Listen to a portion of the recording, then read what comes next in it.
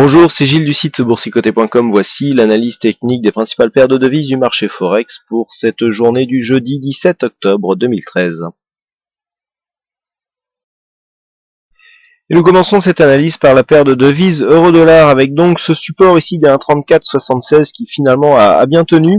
Alors bon, je suis désolé, j'avais mis sur le scénario de stratégie Forex d'attendre un 34,70. Voilà, il y a une erreur de lecture, hein, c'était un 34,76. Bon, malheureusement, le scénario ayant été validé, tant pis, c'est perdu. Enfin, c'est pas perdu, c'est que le train n'a pas été pris. Mais effectivement, c'était effectivement ce support qu'il fallait lire. Bon, j'en suis désolé, je ferai plus attention la prochaine fois. Quoi qu'il en soit, donc nous avons bien eu contact avec cette zone de support et puis les cours sont remontés. Donc on a confirmé ici cette cassure. On avait une fausse cassure ici de cette résistance et puis on était revenu ici tester cette zone. On nous a dit que tant qu'on ne la casserait pas, nous avions une zone de point bas significatif ici. Eh bien, il n'y avait pas d'invalidation donc du mouvement haussier. Eh bien, c'est ce qui a été confirmé, puisqu'après avoir donc testé cette zone à de multiples reprises, eh bien les cours ont cassé cette résistance baissière pour venir casser ici l'ancienne zone de point haut. Donc on confirme totalement tous les éléments graphiques donc pour valider la poursuite de ce mouvement haussier. On a eu ici une zone d'évolution en range qui a été constatée. Premier objectif ici était la zone des 1,3586, cassure de cette zone, et donc on est totalement sorti de cette zone de congestion par la cassure du précédent point haut. Donc on reste dans une tendance haussière, même si la dynamique ici a un peu ralenti sur cette phase d'évolution horizontale, mais la tendance donc de l'euro-dollar qui était toujours haussière, reste donc dans ce trend, et donc la tendance moyen terme ne change pas d'orientation pour le moment. Donc ici nous avons des objectifs qui se situent désormais à 1,3698. Et puis sur le câble, là aussi, nous avons eu un joli contre-pied. Alors je vous avais dit, hier, on était un petit peu dans l'expectative. On ne savait pas trop où ça allait partir.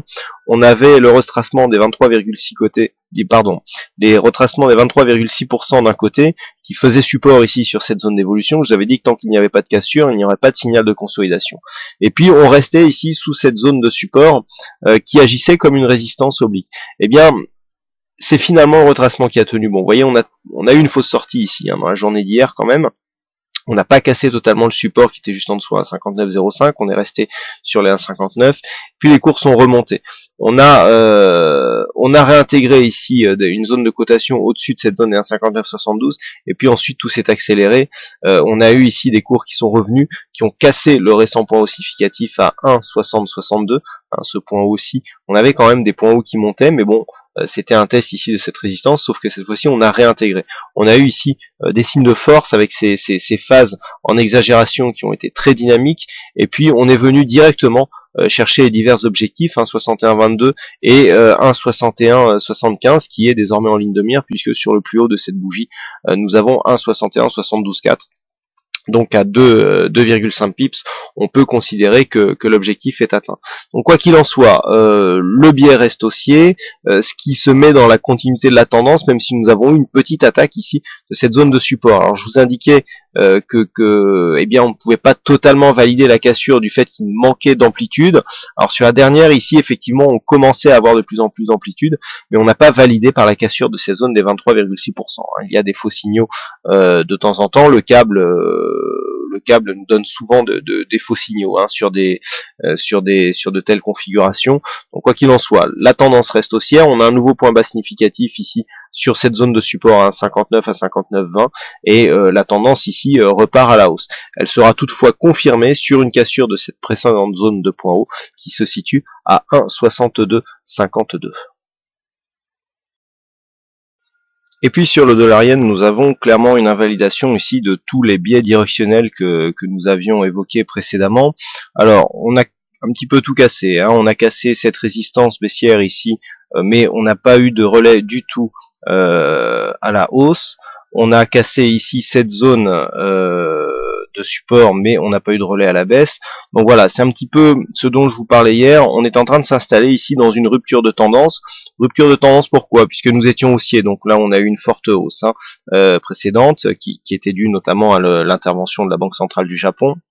Ensuite, on s'est inscrit ici dans une zone dynamique un peu moins forte, hein, avec ce support ici moyen-long terme, qui a bien joué son rôle, hein, pendant quelques mois. Et puis là, on est en train, voilà, de s'installer dans un biais horizontal. Eh bien, une zone d'évolution en range. Alors, on avait défini ici entre 97 et 100 dollars. Et 100 yens pour 1 dollar.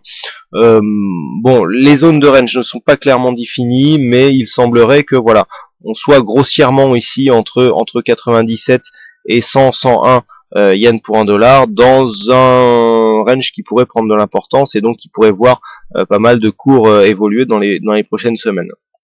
Clairement, ici, on casse un petit peu toutes les droites de tendance, mais il n'y a pas de directionnel derrière, il n'y a pas de flux.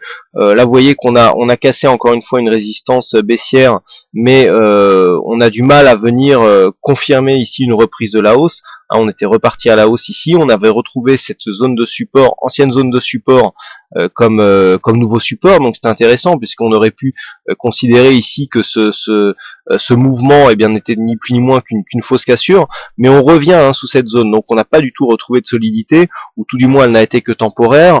On revient marquer des contacts ici avec la bolle inférieure sur un écartement, ce qui nous traduit une nouvelle dynamique court terme qui est en train de s'orienter à la baisse. Donc voilà, là on a clairement une évolution qui se fait en dehors de la tendance de fond, qui restait orientée à la hausse. On est en train de casser toutes les dynamiques sans donner de nouvelle direction. Donc le biais du dollar yen est en train de devenir neutre, hein, sur le moyen long terme, et c'est ce qui explique un petit peu tous ces mouvements qui semblent échapper à toute logique. Donc sur la tendance très court terme ici, on a une petite phase d'exagération. On a une phase de baisse ici, laser sur vente, donc on pourrait ici avoir un rebond technique. On peut venir ici jusqu'à 97,48 pour chercher cette zone de support avant de rebondir, mais on peut aussi très bien rebondir dès maintenant. Donc vous voyez que si on venait rebondir ici dans cette zone, on n'aurait pas de signal directionnel très fort, et donc c'est au regard de tous ces éléments que j'adopte un biais neutre sur la tendance du dollar yen, en tout cas pour ce qui est de la tendance moyen terme.